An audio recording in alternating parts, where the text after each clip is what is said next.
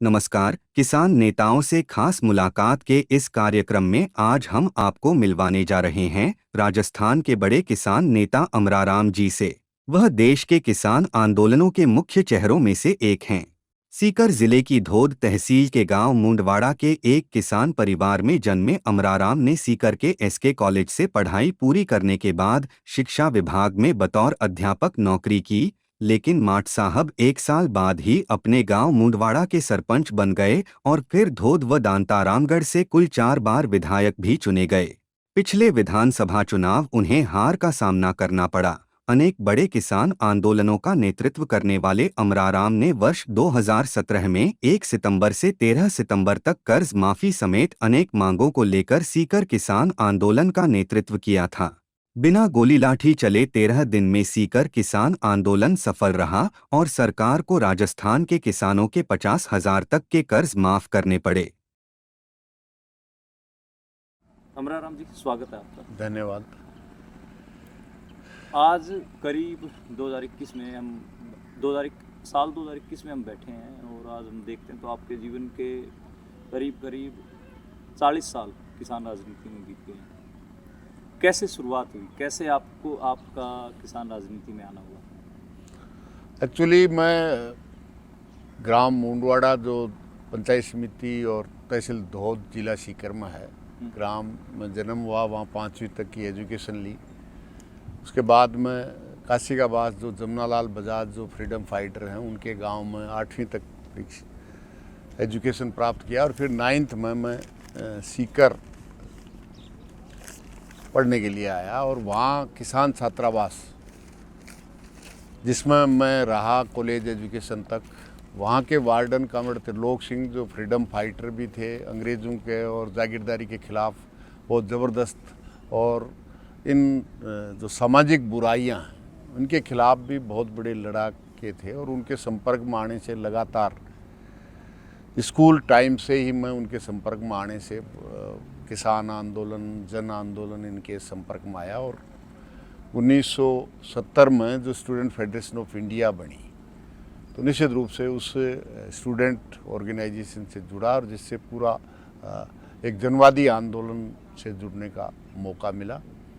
और उसके चलते हुए छात्र राजनीति में 79 में छात्र संघ का अध्यक्ष चुना गया और उसके बाद 2 साल बाद कॉलेज एजुकेशन कंप्लीट करने के बाद मैं टीचर हो गया, गवर्नमेंट टीचर। पहले पंचायत राज में हुआ, फिर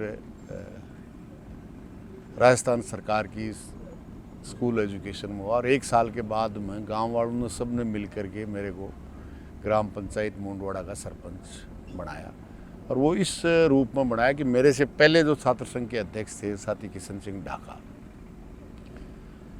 वो अध्यक्ष रहते हुए ही ग्राम पंचायत में सरपंच बन गए थे। और आपको अगर याद हो तो 77 से पहले पंचायत राज संस्थाओं में, ग्राम पंचायतों में बहुत नॉमिनल बजट आता था। लेकिन जब पूरे देश में जनता पार्टी का शासन हुआ और कांग्रेस की सरकार का अंत हुआ इमरजेंसी के बाद, तो निश्चित रूप से काम के बदले अनाज योजना चली और उन्होंने बहुत ही अपनी पंचायत में उस समय न केवल पंचायत समिति धोद में बल्कि सीकर जिले में भी सबसे ज़्यादा काम कराने वालों में थे। वो ये था कि आप एफसीआई में बहुत बड़ा स्टॉक गेहूं का पूरे देश में था, सड़ रहा था, चूहे खा रहे थे।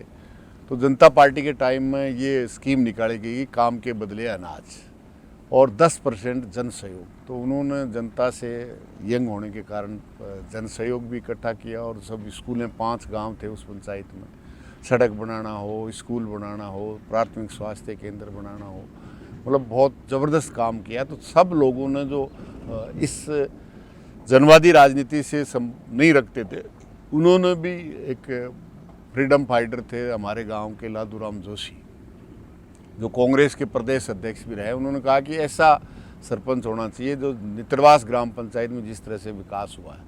क्योंकि उसका ये भी था, हमारी पंचायत में एक रिटायर आयुर्वेदिक कंपाउंडर को उस टर्म में सरपंच बनाया तो उसने नील के बराबर ही काम था।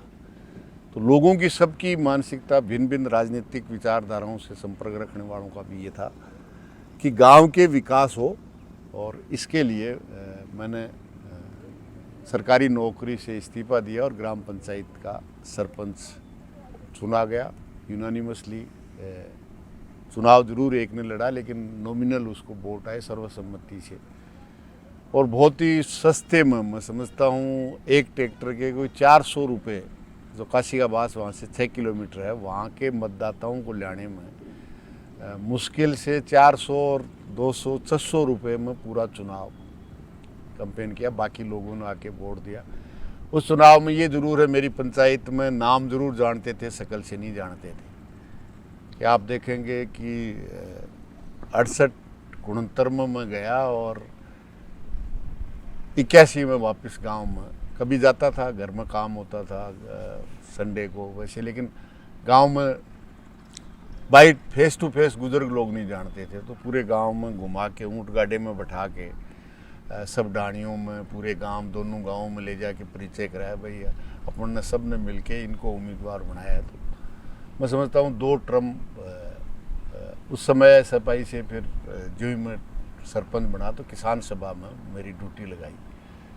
तो सबसे पहले मैंने जहाँ से बिजली आती थी, क्योंकि उस इलाके में शेखावाटी में सिंचाई का साधन केवल बिजली है, और एक समय था यही जुलाई अगस्त सितंबर का अगस्त का महीना था, बाजरा इतना था खड़ा था, बरसात हो नहीं रही थी, जल रहा था। तो मैंने आसपास के जो खूड़ एक सब स्टेशन जहाँ से 32 गांवों को सप्लाई होती थी 33 की ग्रेड से, मैंने मुख्य लोगों से चर्चा की और वहाँ उस ग्रेड पे मीटिंग बुलाई और अनिश्चितकालीन धरना वहाँ शुरू किया। बिजली के अधिकारी भी आए और हमने कंटिन्यू बिजली कटने नहीं दी, और 45 दिन तक बिजली लेकर के उस 32 गाँवों में किसान की फसल जो बरसात नहीं होने से जलने वाली थी उसको बचाने का काम किया। और 45 दिन तक लगातार, पहले शुरू में 4-5 दिन सब गाँव के लोग रहे, फिर हर पंचायत, हर गांव जो 32-33 गाँव में जाती थी, हर गांव का ड्यूटी लगाई। सुबह 10 बजे आएंगे और नेक्स्ट डे 10 बजे तक रहेंगे, जब दूसरा ट्रुप आकर के वहाँ धरने पे बैठ जाएगा। आप देखेंगे कि वो मेरा किसानों के बीच में सबसे पहली शुरुआत थी। विरोधियों ने कई तरह के कहे कि ये तो बिल्कुल गांव में 5% लोग हैं जिनकी समस्या है, लेकिन मेरा तर्क ये था कि समस्या 5% हो या 2% हो, जिसके लिए समस्या है वही आदमी लड़ता है। जनसंख्या में वो 50% हैं, वो अपनी समस्या नहीं समझते और उसके लिए आंदोलन नहीं होता। तो निश्चित रूप से उससे प्रैक्टिकली एक अनुभव आया कि कितनी प्रतिशत जनसंख्या का किसान हो, लेकिन उसकी समस्या है, वो समस्या को महसूस करता है तो उसके समाधान के लिए लड़ने के लिए तैयार होता है। उसके बाद में लगातार ये चलते रहे। फिर 84 में और 85 के शुरुआत में मध्य में वो आंदोलन 2 जगह चला है। खूड़ में, एक खूड़ी में मेरा साथी गिरधारी सिंह था, उनके गांव में जहाँ 25-30 गाँव में उनकी आती थी, वहाँ भी वो लगातार धरना चला। इवन 84-85 में दोनों के पावर ट्रांसफार्मर जल गए। तो 33 की ग्रेड में जो पावर ट्रांसफार्मर होता है वो जल गए और मध्य सीजन में जल गए। तो उसको लेकर के जनवरी की बात है, तो लोग 700-800 लोग आए, कलेक्ट्री पे प्रदर्शन किया, भाषण दिए। लोगों ने कहा कि हमें तो बिजली चाहिए और बिजली के लिए पावर ट्रांसफार्मर चाहिए। तो जनवरी में हमने कहा भाई उसके लिए संघर्ष करना पड़ेगा। तो जिस तरह से अभी पड़ाव ये जो चल रहा है 6 महीने से, इसी तरह हमने कहा कि बिजली के सर्किल ऑफिस पे, सुपरिटेंडेंट ऑफिस पे गए तो सब अधिकारी भाग गए, वहाँ से ऑफिस छोड़ गए, क्योंकि कलेक्ट्री से 2 किलोमीटर दूर सुपरिटेंडेंट इंजीनियर का ऑफिस था। तो वहाँ तक गए तो लोग कितने भयभीत थे। जो प्रेजेंट में वहाँ से मिनिस्टर था, उसके घर के सामने से रास्ता जाता है, तो 700 लोगों में से मात्र 150 लोग उसके घर के सामने से हैं, इधर उधर से होकर के वापस वहाँ तमाम 700 पहुँच गए। लेकिन उसके घर के सामने की वो नहीं देख लेंगे तो 700 लोगों में से मात्र 125-150 लोग रहे, लेकिन वहाँ जाके बैठ के इस तैयारी से नहीं आए थे कि रात को वहाँ रुकना है। सर्दी जनवरी का महीना था, लेकिन वहाँ रुके। हम दोनों साथियों ने, गिरधारी सिंह, वो बहुत बड़ा मार्केट है, उसमें उसकी दुकान थी कसीदे की, तो थोड़ा संपर्क था, तो कुछ रजाइयाँ लेके आए। उस समय टेंट की इतनी व्यवस्थाएं नहीं होती थी। खाने के लिए गुड़ ले आए और चावल ले आए और कैसे तैसे करके उनको रात को, उनमें से कुछ लोगों को हमने हर गांव से 5 या 7 लोगों को गांव में भेज दिया, भाई सुबह आप खाना भी ले आना, लोगों को भी करना कि वहाँ बैठे। तो अल्टीमेटली उनमें से 300 के करीब लोग वहाँ रुके। सर्दी में कोई 15-20 रजाई मिली, तो उनमें कोई गुजर गए, उनको सुला दिया, सूखा पेड़ था उसको लेके जला दिया। ऐसे करके उस रात को बहुत कठिन परिस्थितियों में रात जनवरी की गुजारी। इस रूप से दूसरे दिन लोग सुबह खाना लेके भी आए, जो रुके थे उनके लिए अपने गांव से, उनके घर से कपड़े, गर्म कपड़े ओढ़ने के लेके आए, फिर व्यवस्था की। और 3 दिन तक वो जनवरी में वहाँ पड़ाव चला। और अल्टीमेटली 3 दिन बाद में कलेक्टर ने इंटरवेन करके पावर ट्रांसफार्मर दिलाई। ये करते हुए ही 86 में बिजली की रेटें बढ़ी। कांग्रेस की सरकार थी, हमने बिजली की किसान सभा में हम काम करते थे, लेकिन तमाम लोगों को लेकर के संयुक्त किसान संघर्ष बिजली संघर्ष समिति का निर्माण किया। और पूरे ज़िले में पहली बार जगह जगह हर ग्रेड पे मीटिंगें की, और उसके बाद में ज्ञापन दिए, एसडीएम, कलेक्टर सबको दिया, और कोई सुनवाई नहीं की। तो पहली बार हमने जो कार्यकारिणी बनाई थी, उसमें ये चर्चा की कि महाराष्ट्र का किसान बहुत दफ़े प्याज के भाव को लेकर के रास्ता रोकते थे। हमारे उत्तरी भारत में कोई रास्ता रोकने का कभी प्रावधान नहीं था, कभी किसानों ने कभी रास्ता नहीं रोका था। तो हमने आह्वान किया कि फला तारीख को सुबह से लेके शाम 5 बजे तक किसान, अगर सरकार बिजली की रेट वापस नहीं लेती है, तो पूरे सीकर ज़िले में रास्ता रोको प्रोग्राम होगा। उसका बहुत ही एक्यूट अनुभव हुआ। ये जो रशीदपुरा जो गांव है, नेशनल हाईवे नंबर 8 का, वो उसका 11, उसमें वो गिरधारी सिंह का गांव था, और बाकी जगह भी सब जगह रुके, लेकिन वहाँ सबसे बड़ा नेशनल हाईवे का पॉइंट, सबसे मजबूत पॉइंट वही था। तो जब हमने निर्णय कर लिया और उस तारीख आने वाली थी, रात को हम उस गांव में गए, क्योंकि सबसे मजबूत मोर्चा और हाईवे का मोर्चा था। तो हम गए तो 20, 30, 40 लोग रात को 9 बजे इकट्ठा होकर के प्लानिंग कर रहे थे। हम गए, हमने पूछा भाई क्या तैयारी की है, तो उन्होंने कहा कि हमने ट्रैक्टर कर लिए, और ये जो विलायती बबूल है वो काट के सड़क पे डालेंगे, मिट्टी डालेंगे, और फिर बबूल डालेंगे, और फिर मिट्टी डालेंगे। इस तरह से रास्ता रोकेंगे। हमने कहा ऐसे नहीं रोकना है, आदमियों को जन समूह से रोकना है। तो उनको एकदम से हुआ कि ये कैसे संभव हो सकता है। हमने कहा यही करना है, ये तिल्ला लगा करके नहीं करना है। तो उन्होंने फिर उसी तरह से हमने बैठ करके बनाई, और उनमें से एक साथी ने अपना सजेशन दिया कि महिलाओं को भी आना चाहिए, महिलाएं भी आनी चाहिए। और एक जो जानवर फसल से उड़ाने के लिए एक गोफिया जिसको हम कहते हैं, पत्थर डाल के घुमा के छोड़ते हैं, तो जहाँ निशाना लगाते हैं वहीं जाके वो लगती है, तो वो लेके आए। जब पुलिस का एडिशनल एसपी और पूरी आरएसी की पूरी कंपनी को लेकर के, जब हम तो सीकर दूसरे राउंड पे थे, लेकिन वहाँ गए तो फालन उनको किया। और जब आरएसी को लेकर के एडिशनल एसपी ने जब फॉलन किया, तो महिलाएं आ गई, और लोगों को जैसे भी साथी ने जो उनको इंचार्ज था उन्होंने दिया, तो वो जब घुमाए, तो जो एडिशनल एसपी था वो तो नहीं जानता था कि ये क्या है, इससे क्या होगा, लेकिन सिपाही सब जानते थे, आसपास के होते, शेखावाटी नज़दीक के थे। तो वो जो ही घुमाया तो सब सिपाही, वो तो बिसल बजाता रहा, और सब सिपाही दौड़ के वापस जहाँ से स्टार्ट हुए थे 300 मीटर से वहाँ पहुँच गए। वो वापस आया, आप मैं बिसल बजा रहा हूँ, तुम साले बेवकूफ़ हो, सब भाग गए। बोले साहब उनके पास गोप्या था। बोले गोप्या क्या होता है? बोले बहुत खतरनाक हथियार होता है साहब, और वो जहाँ निशाना लगा के लगाते हैं उसी के लगता है, वो जान से मरा देता है। तो उसने कहा वो गोप्या दिखाओ। बोले साहब हमारे पास कहाँ है? तो वो तो उनके पास, किसानों के पास है। किसानों के पास है। उसने जब 5 बजे ख़त्म हुआ तो कहा वो लेके दिखाओ। किसानों ने दिया नहीं, उन सिपाही ने कहा साहब आज तो नहीं, फिर हम आपको लेके गांव से दिखा सकते हैं। तो मतलब एक नया तरीका था और वो सक्सेसफुल पहली बार।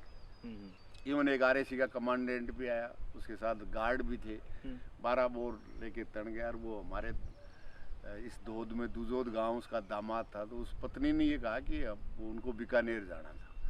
आज बंद है और 5 बजे है, तो अपन 5 बजे बंद खुलने के बाद चलेंगे। उसने कहा मेरे को कौन रोकेगा, मैं RSC का कमांडेंट हूँ।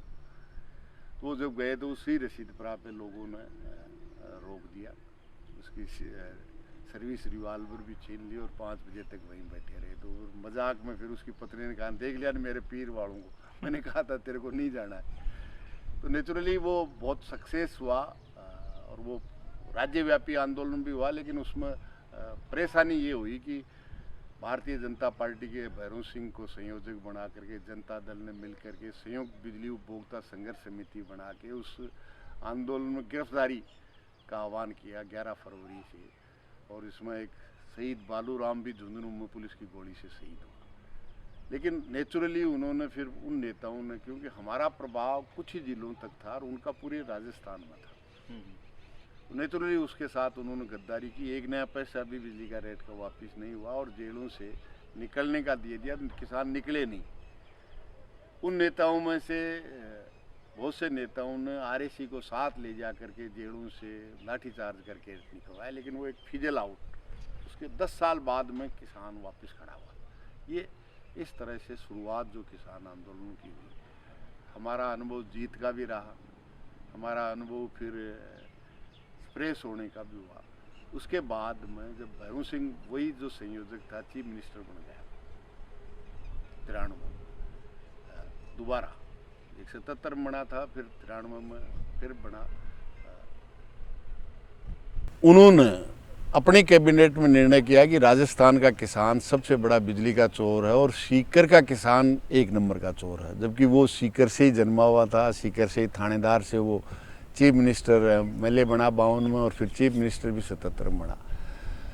उस पे लेकर के हमने कंपेन किया और उसी सचिवालय के सामने 7 दिन का पड़ाव दे करके सरकार को जो चोर कहता था उससे और बिजली लेने में पहली बार फिर राज्य स्तर पे जीत हासिल की। इस तरह से इस आंदोलनों में शिरकत करने का मौका मिला। आपने अपने जमाई को रोक दिया वहां पे, मजाक की बात है। को जमाई को तो छोड़ देना चाहिए था। नहीं, छोड़ने का जमाई या भाई का सवाल नहीं है, सवाल है आंदोलन का। अच्छा, गंभीरता तो होनी चाहिए आंदोलन में, तो बात नहीं, गंभीरता तो ये है। फिर वो शाम को ख़त्म हुआ, उसके बाद में SP के पास गए तो वो रिवाल्वर ला करके कामरेड त्रिलोक सिंह जी को दे दी। तो वो लेकर के वहाँ गए तो वो कमांडेंट भी वहीं था, SP के ऑफिस में ले जाके उनको सौंप दी। कमांडेंट ने कहा कि साहब मेरा वो जिसको वो डालते हैं ना टोटे, अच्छा टोटे, वो रह गया। बोले वो तो साले तेरा रिवाल्वर ही ले गए, तू काहे के कमांडेंट है, अब ले जा भग जा वहाँ से, वरना तेरे खिलाफ मैं मुकदमा दर्ज करूँगा। तो मुकदमा न उसने कराया और न हमने किया। अच्छा, और वो रिवाल्वर उनको वापस दे दिया। मतलब इस तरह से इंटरेस्टिंग कहानी है आपकी भी। भाई मास्टर लग गए थे, सरकारी नौकरी हो गई थी, गांव वाले फिर पकड़ लाए, नौकरी से उतरवा दिया, सरपंच बना दिया और किसान आंदोलनों में सक्रिय कर दिया। इस मतलब जो जवानी थी, जवानी तो आपने सारी आंदोलन में खपा दी। कभी मतलब ऐसे मन नहीं होता था कि फिल्में भी देख लें? फिल्में देखने का शौक नहीं रहा? नहीं, फिल्मों का शौक नहीं रहा। मैं जब छात्र संघ का अध्यक्ष था, लड़के कॉलेज के लड़के कहते थे, कभी ले भी जाते थे, तो आधे घंटे बाद में मेरे को नींद आ जाती थी। जब फिल्म ख़त्म होती थी वो जगा के वापस ले आते थे। फिल्म का कभी ज़्यादा शौक नहीं रहा। आखिरी फिल्म कौन सी देखी थी जो आपको याद हो? ये जो शोले फिल्म है, हाँ, ये आखिरी फिल्म थी मेरी। वैसे कभी टेलीविज़न पर थोड़ी बहुत देख लेते हैं, वैसे वैसे कोई इंटरेस्ट नहीं है। लेकिन साले शोले जो फिल्म थी जिसमें डायलॉग है तेरा क्या होगा, वो उसको मैं समझता हूँ कि लास्ट फिल्म थी और आधी पौन घंटे भी उसको देखा होगा। बच्चे नहीं कहते कई बार कि आप हमेशा आंदोलनों में खपे रहते हो, एक आध बार हमारे साथ घूमने भी चला करो, कोई फिल्म देखने या वो? बहुत ये शिकायत नेचुरली रहती है। बाकी बच्चों को, बच्ची को मैंने, जब मैं 20 साल विधानसभा में रहा तो नेचुरली जो कमेटियाँ जाती है उनमें बच्चों को भी लेके गया, मिसेज है उसको भी लेके गया। लेकिन उस तरह से जो टाइम परिवार को देना चाहिए वो न तो पढ़ता था जब दे पाया, और पढ़ने के बाद टीचर हो गया तो भी सीख रहता था, सरपंच हो गया तो भी 7 दिन में से 5 दिन सीख रहता था। क्यों वो लाइफ फिर आंदोलनों में, फिर सरपंच के बाद 2 टर्म रहते, सरपंच रहते मैं विधायक बन गया, 20 साल तक विधानसभा में रहा। तो विधानसभा में विधानसभा क्षेत्र के अलावा भी पूरे राजस्थान में घूमना पड़ता था। 3 टर्म में अकेला सीपीएम का विधायक था। तो जहाँ भी कोई आंदोलन होता था, नेचुरली हमारे संगठनों के तो होते ही थे, बाकी कहीं दमन होता था, कहीं भी किसान पे, विद्यार्थी पे, नौजवान पे अपनी मांगों के लिए संघर्ष कर रहे हैं, कहीं भी दमन हुआ तो नेचुरली वहाँ जाना पड़ता था। तो पूरे राजस्थान में घूमने का काम भी मजबूरी में करना पड़ता था, क्योंकि एक ही विधायक था।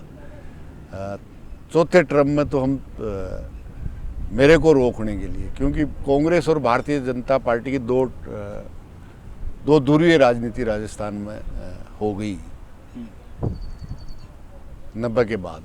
लेकिन नेचुरली 3 दफ़े चुनाव जीतने और बीजेपी कांग्रेस के एकजुट होने के बाद में भी जब मैं नहीं आ रहा, और जो 2003 से 2008 का चुनाव था जिसमें भारतीय जनता पार्टी और कांग्रेस मिलने के बाद में भी जितने मेरे नेक्स्ट को वोट मिला था उससे ज़्यादा वोटों से मैं जीत गया। तो जब 2008 में पुनर्गठन हुआ तो बीजेपी कांग्रेस के जो 10 एसोसिएट मेंबर बीजेपी कांग्रेस के एमपी एमएलए थे, उन्होंने योजनाबद्ध करके उस धोद विधानसभा क्षेत्र जिसमें 3 दफ़े जीता था और उस व्यक्ति को हराया था जो राजस्थान में तीसरे नंबर पे था, जो सबसे ज़्यादा जीतने वालों में। पहले में हरदेव जोशी जो चीफ मिनिस्टर रहा 2-3 दफ़ा, वो 10 के 10 चुनाव जीते थे। भैरू सिंह था जो 10 में से 9 जीते थे, और वो थे जो 10 में से 7 जीते थे। पहला 71 का जीत हारा था, और उसके बाद ये जो 93 में हारा। तो नेचुरली उन्होंने फिर इसको अमराराम का रास्ता कैसे बंद हो, क्योंकि उस 3 टर्म में कांग्रेस का राज भी रहा, भैरू सिंह भारतीय जनता पार्टी का राज रहा। तो किसानों को लेकर के, चाहे वो 97 का पड़ाव हो, विधानसभा का 2000 का घेराव हो, कांग्रेस की सरकार थी, विधानसभा का 4 घंटे तक घेराव हुआ, न अंदर वाले को बाहर जाने दिया, न बाहर वाले को अंदर जाने दिया। और भैरू सिंह के सचिवालय के सामने 7 दिन का पड़ाव डाल करके भैरू सिंह को भी झुकाया और कांग्रेस की गहलोत सरकार को भी झुकाया। तो दोनों का ये था कि हम तो बारी बारी से हर 5 साल से बदल के उत्तर बिका वाली घोड़ी से राज करते हैं, लेकिन ये बीच में आके हमारे तंग करता है। इसलिए इसका एक ही रास्ता, मिलके लड़े फिर भी नहीं आ रहा तो इसको रिजर्व कर दें, इसलिए अमराराम का रास्ता बंद हो जाएगा। एक बार कांग्रेस आ जाती है, एक बार बीजेपी आ जाती है, लेकिन आपका तो काम चलता ही रहता है। आप तो बीजेपी के समय में भी आंदोलित होते हैं, कांग्रेस के समय में, तो फिर दमन नहीं होता? पुलिस, आप इतने आंदोलन लड़े तो पुलिस कभी पीछे? क्योंकि मुझे एक किस्सा भी ध्यान आ रहा है पुलिस का ही, आप कोई सुनने में आता है कि आप एक बार उठनी पे भी छुप के भागे, तो वो किस्सा और पुलिस से कैसे रहा मामला? पुलिस से कभी अंडरग्राउंड या फिर गिरफ्तारी, जेल काटना, वो सब कोई आप बताएं। वो बड़ा इंटरेस्टिंग है, क्योंकि मेरा परिवार भी पूरा का पूरा कांग्रेसी था। अच्छा। और जिनको मैंने विधानसभा में हराया है 1971 में, जब मेरा पहला वोट पड़ा तो मैंने उनको ही वोट दिया था। अच्छा। लेकिन जब सरपंच बनाने की बात आई ना, तो आपको पता है जो कांग्रेस के ही थे, कांग्रेस के ही वो लादूराम जोशी थे, उनके घर मीटिंग, पहले गाँव की मीटिंग करके तय कर दिया था। तो उनको पता लगा कि वही अमराराम है। मेरे को छात्र संघ में भी हराने के लिए NSCI ने, मेरे से पहले जो साथी जीता उस समय एबीवीपी सेकंड रही और एनएसयूआई थर्ड रही। तो एनएसयूआई का उम्मीदवार शर्मा था। तो कांग्रेस के नेताओं ने सोचा कि अब की बार चुनाव होगा तो एनएसयूआई का उम्मीदवार शर्मा नहीं करके जाट कर देंगे तो हार जाएगा। उन्होंने वही किया और फिर भी हार गए। तो जब भी सरपंच का उनको पता लगा कि उनको सरपंच बना रहे हैं, तो दोनों भाई आए जो प्रधान भी थे और विधायक भी थे। उन्होंने लादू राम जी के घर में कहा। मेरा फादर तो मैं प्रेसिडेंट था जब ख़त्म हो गए थे, ताऊ जो राजनीति में, गांव की राजनीति में सक्रिय थे, उनको भी वहाँ बुलाया। तो अल्टीमेटली उनको कहा कि ये किस तरह से आप ऐसे आदमी को बना रहे हो जो वोट नहीं देगा कल प्रधान की। तो उस लादूराम जोशी जी ने कहा कि आप प्रधान में पंच और सरपंच का एक ही वोट गिना जाता है, आप तो एक की बजाय, इसने तो साफ कह दिया कि मैं मेरी मर्जी से वोट दूंगा, बाकी काम है वो मैं कर दूंगा, लेकिन मेरी मर्जी से वोट दूंगा तो वो तो देगा नहीं, अपनी मर्जी से देगा, लेकिन एक की जगह हमसे 2 वोट लेके आना। उसके बाद भी उन्होंने कहा कि साहब ये आप किसको, सरप को दूध पिला रहे हो। तो मेरे ताऊ ने कहा कि जब आपको 30 साल तक हमने वोट दिया जब तो सरप को दूध नहीं था, अब मेरे वाला बच्चा सरपंच बनता है जब आप इसको सरप बता रहे हो। तो उसी मैं सरपंच हो गया। जो मैं अभी बता रहा था आपको, जो बिजली का आंदोलन हुआ और उसके बाद में 85 का जो विधानसभा का चुनाव हुआ, तो मैं तो गया ही था 81 में, 4 साल ही कॉलेज छोड़ करके 1 साल की नौकरी करके। तो मैंने 10,500 वोट ले लिए। तो उनको इस बात की चिंता हो गई 85 में कि ये हमें कभी न कभी हमको नुकसान पहुंचाएगा। क्योंकि कॉलेज में उन्होंने कोशिश की, फिर सरपंच में कोशिश की, लेकिन दोनों जगह वो डिफीट हो गए। उसके बाद ये जो 86 का बिजली का आंदोलन था, ये बहुत ज़बरदस्त सीकर में 4 महीने हो गए, फिर अपोजिशन पार्टियां उसमें आई थी। तो 87 में 22 अप्रैल 87 को उस छात्रावास जिसमें हम रहते थे, उसमें एक कारण योजना बनाकर कांग्रेस ने फायरिंग कराई, जिसमें कानाराम 9th क्लास का बच्चा जो 14 साल का वो शहीद हुआ और बहुत क्रूशियल दमन चलाया। आप देखेंगे कि मैं उस वक्त जब फायरिंग हो रही थी 5 बजे से 7 बजे तक, 2 घंटे तक लोगों ने गोलियों का मुकाबला पत्थरों से किया, लेकिन आखिर तो बच्चे ही थे। उस लड़के के लगी, हॉस्पिटल नहीं ले जाने दिया जब तक उसकी डेथ नहीं हो गई। फिर लेके गए बच्चे किसी तरह से, तो हॉस्पिटल में कहा कि 2 घंटे बाद में वो डेथ हो गई। उन्होंने एफआईआर कराई तो सबसे ऊपर मेरा नाम लिखा, जबकि मैं उस वक्त 5 बजे गांव पहुंचा था और उस लादूराम जोशी के पास ही ग्वाड़ के बीच में उनके घर थे। तो मंदिर के चबूतरे वो बैठे थे, मैं उनके पास बैठा था। और गर्मियों का अप्रैल में गर्मियां थी, तो 7 बजे तक मैं 2 घंटे उनके पास ही बैठा रहा। लेकिन जब मेरे को भी टेलीफोन वगैरह नहीं थे, रात को 10 बजे कोई साथी ने जा कर के कहा कि ऐसे फायरिंग हो गई और कानाराम शहीद हो गया, तो मेरे को मोटरसाइकिल पे सीकर लेके आए। नेक्स्ट डे देखा तो एफआईआर कोर्ट से निकलवाई, तो सबसे ऊपर मेरा ही नाम है कि अमराराम ने फायरिंग की। तो नेचुरली साजिशाना तरीके से यही नहीं किया, एफआईआर में दर्ज नहीं कराया। मतलब हमारे गांव के पास का एक, उस समय आईजी रेंज नहीं होते थे, डीआईजी होते थे, उसके घर पे उसका जो फार्म हाउस का हिस्सेदार था, हमारे गांव के पास का था। वो शाम को एंजॉय कर रहे थे, तो उसने सुन लिया कि देखो कैसे सरकार मतलब अपने विरोधियों को समाप्त करने के लिए ज़बरदस्ती हमें कह रहे हैं कि अमराराम जिंदा या मुर्दा पकड़ा जाना चाहिए। तो वो आप अंदाज़ा कीजिए, जो मजदूरी करने वाला फार्म हाउस पे किराया करके रात को 12 बजे जीप लेकर के हमारे गांव आता है। उसके गांव में मेरे चचेरे भाई का ननियाल है, वो आके उनको कहते हैं कि उनको कह दो कि वो यहाँ रहे नहीं, वरना उनको गोली मार देगी पुलिस। बोलो,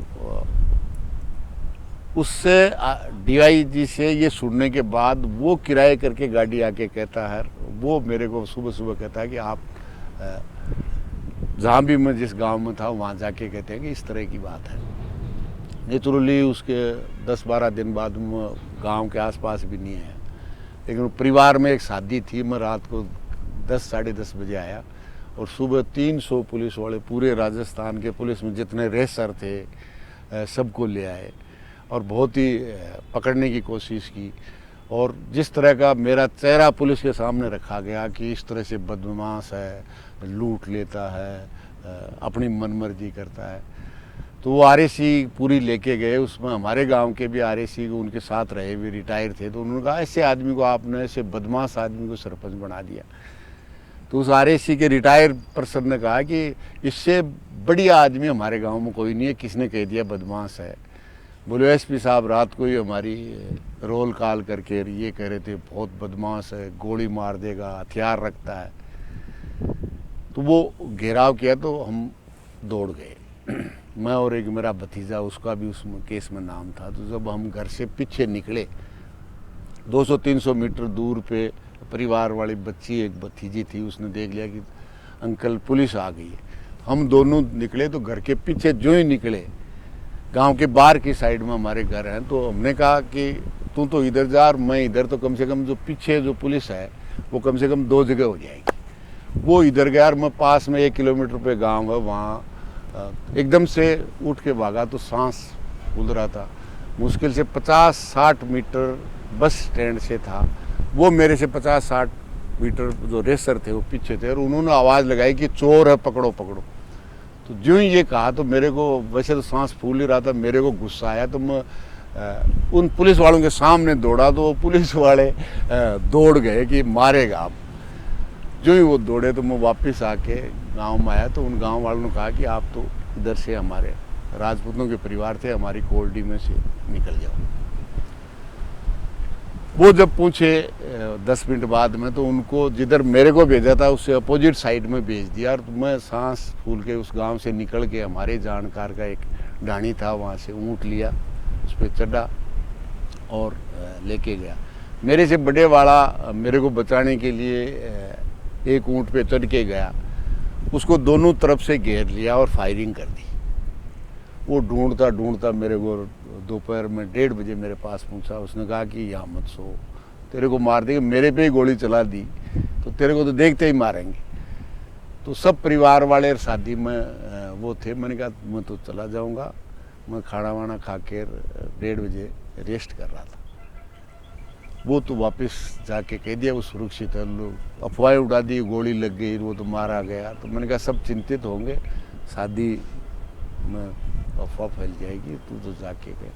मैं इस तरह से उन्होंने खूब वो किया, और वो 2 महीने तक खूब दबिशें दी। फिर हाई कोर्ट ने मेरी अग्रिम जमानत ले ली। तो तरह तरह की कहानियाँ बनी। जब उसमें 2 महीने बाद में मेरी अग्रिम जमानत के बाद में, जब मैं 1 साल तक वो आंदोलन चला, इतना लोगों को मारा, मतलब हमसे नहीं संबंध थे। 1 महीने बाद 22 अप्रैल के बाद 22 मई को उसी छात्रावास में प्रवेश का आह्वान किया। तो एक तरह से अनडिक्लेयर्ड कर्फ्यू कर दिया। और जो भी कोई यंग जनरेशन आई, उतार के पीटा।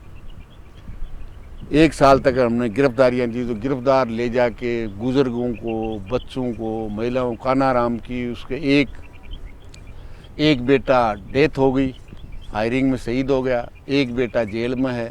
तीसरे बेटे के सामने उसकी माँ का सर फोड़ दिया पुलिस लाइन में ले जाके। अब आप अंदाज़ा कीजिए, जिसका एक बेटा गोली का शिकार हो गया, एक बेटा जेल में है, और दूसरे बेटे के सामने उसकी माँ का सिर फोड़ दिया जाए, इससे ज़्यादा क्या भयानक होगा। लोगों को अरेस्ट करके ले गए जो यंग जनरेशन उस छात्रावास में थे, और उनके सिगरेट लगा दी कि बताओ अमराराम कहाँ है। उन्होंने कहा साहब हम अमराराम को कहाँ से बता दें, नहीं आपको पता है अमराराम को बता दो। मतलब पेट्रोल चढ़ा दिया, आप देखिए जलती हुई सिगरेटें लगा दी। मतलब 3-4 चंद्र सिंह, मदन बिजारनिया, 3-4 लोग थे, और बाकी लोगों को भी ये जो राम रतन बगड़िया, इसके भी यहाँ गोली लगी। 3-4 को लगी, लेकिन एक हो गया।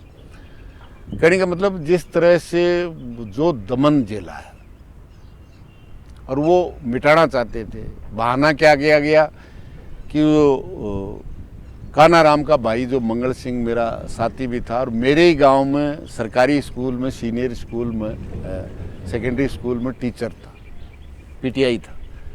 रोज़ सीकर से स्कूल जाता था और स्कूल से वापस सीकर आता था।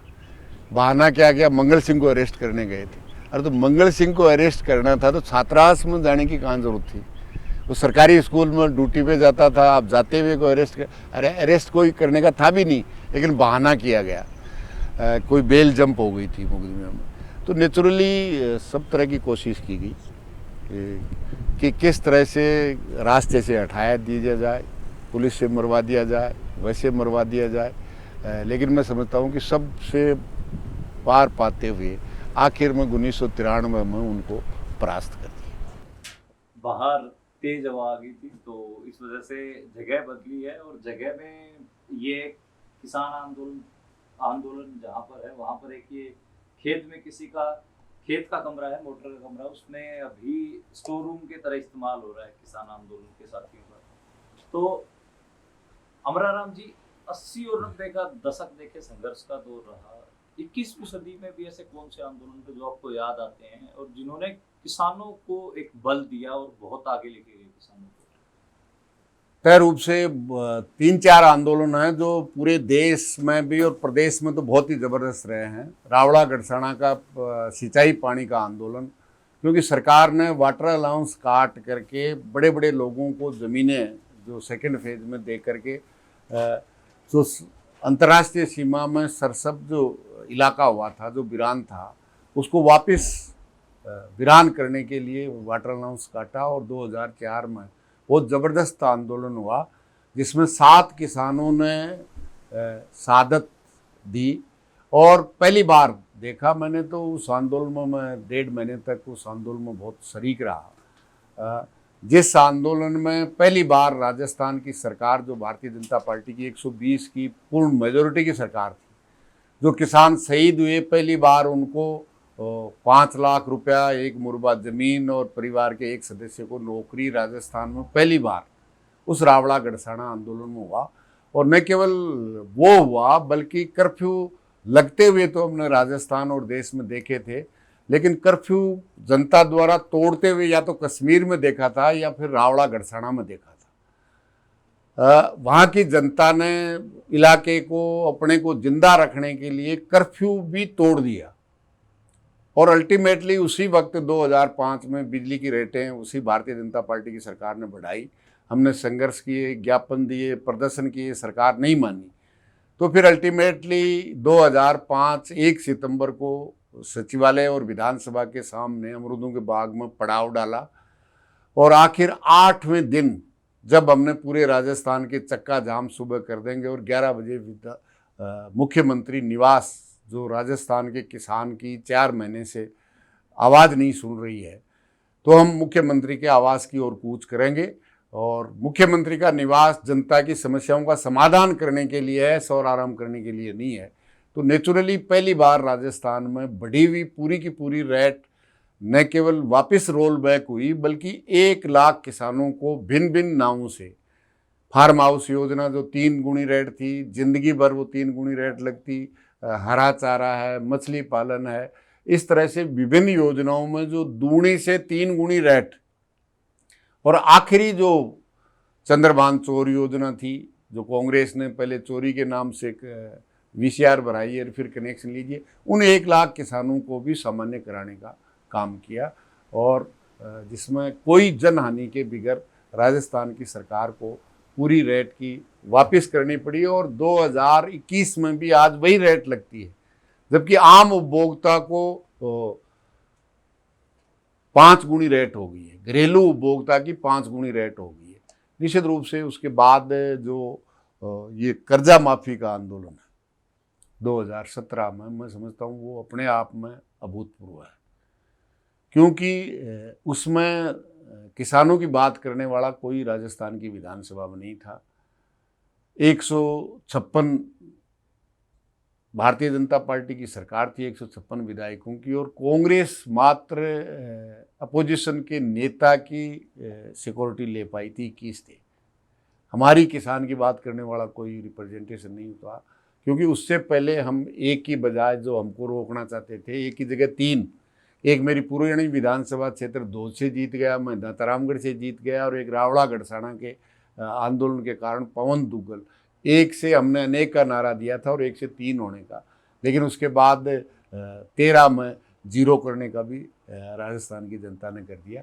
लेकिन वो आंदोलन 1 सितंबर से हर जिला हेडक्वार्टर पे हमने डाला और 13 दिन तक पड़ाव रहा और 3 दिन पूरे राजस्थान का चक्का जाम हुआ, जिसमें पहली बार किसानों के आंदोलन के कारण 8,000 करोड़ रुपया किसानों का कर्ज माफ हुआ। जो स्टेट सड़कें थी उनमें पर्सनल व्हीकल का टोल माफ हुआ। SC ST और OBC के बच्चे हैं उनका पिछले 3 साल की स्कॉलरशिप का 1,000 करोड़ रुपया जो बकाया था, सरकार दे नहीं रही थी, उनको 1,000 करोड़ रुपए की स्कॉलरशिप SC ST और OBC को दिलाने का काम किया। इस तरह से अनेकों उस आंदोलन की मांगों को समझौता किया और समझौता लागू नहीं किया तो फिर जयपुर कूच का आह्वान किया। निश्चित रूप से वो सब मांगे जो समझौता किया था लागू करनी पड़ी। उसके बाद ये जो काले कानूनों के खिलाफ आंदोलन, निश्चित रूप से इसमें पूरे देश का अभूतपूर्व और ऐतिहासिक आंदोलन है। तय रूप से पंजाब हरियाणा ने अगुवाई की। राजस्थान में 11 दिसंबर तक पंचायत राज संस्थाओं के चुनाव थे। उस तरह से तैयारी जो राजस्थान में होनी चाहिए थी वो नहीं कर पाए, लेकिन पूरे संयुक्त मोर्चे का यह दबाव था कि एन केन प्रकारेण जो दिल्ली से अहमदाबाद होते हुए बम्बई का नेशनल हाईवे है, ये निश्चित रूप से जिस तरह से और मोर्चे लगे हुए हैं इस पर भी मोर्चा लगे। तो 11 तारीख को दिसंबर को चुनाव संपन्न हुए, 12 को चले और 13 को आकर के हमने यहाँ मोर्चा लगा दिया और जो आज भी 6 महीने के बाद लगातार जारी है। लेकिन ये अभूतपूर्व और ऐतिहासिक आंदोलन जो भारतीय जनता पार्टी जिस तरह से आर्थिक नीतियों को उदारीकरण, निजीकरण, वैश्वीकरण, LPG की नीतियों को तेजी से लागू कर रही है और उसी तरह से मेहनतकश किसान मजदूर नौजवान को जो बुरी हाल, सबसे बड़ी बेरोजगारी, 45 साल में सबसे बड़ी बेरोजगारी है। किसान इन नीतियों से चलते हुए कर्जे में दबकर 4 लाख से ज़्यादा किसान आत्महत्या कर चुके।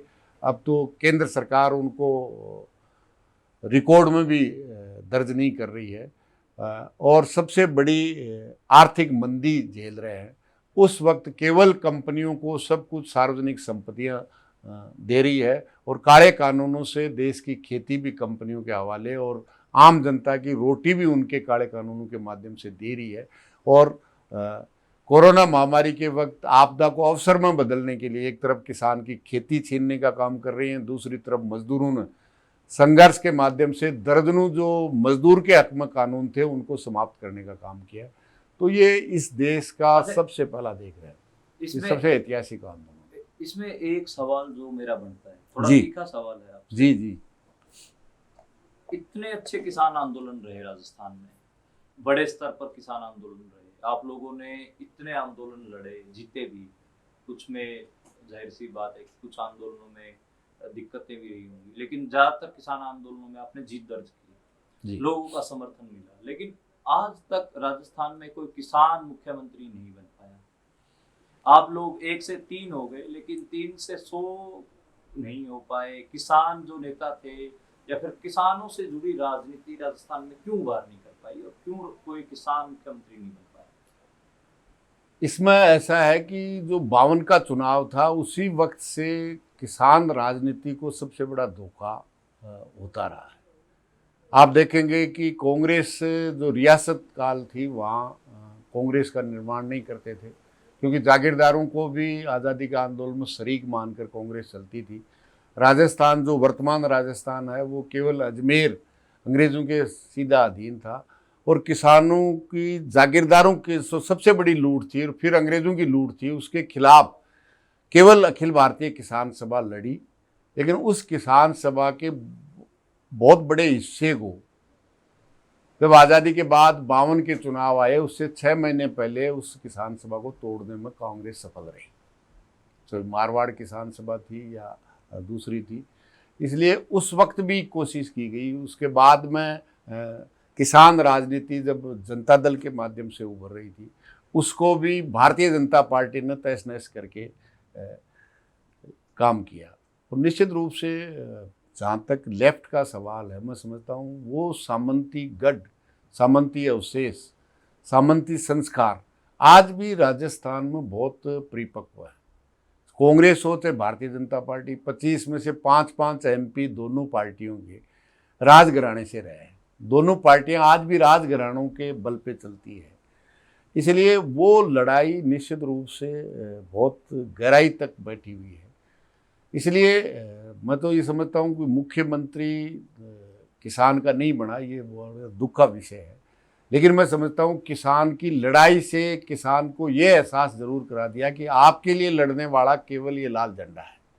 तो निश्चित रूप से इस राजनीति को भी इस किसान आंदोलन की विजय श्री के बाद मैं समझता हूँ ये जो उत्तरविका वाली घोड़ी जो राजस्थान में है, इसको हम तोड़ने में सफल होंगे।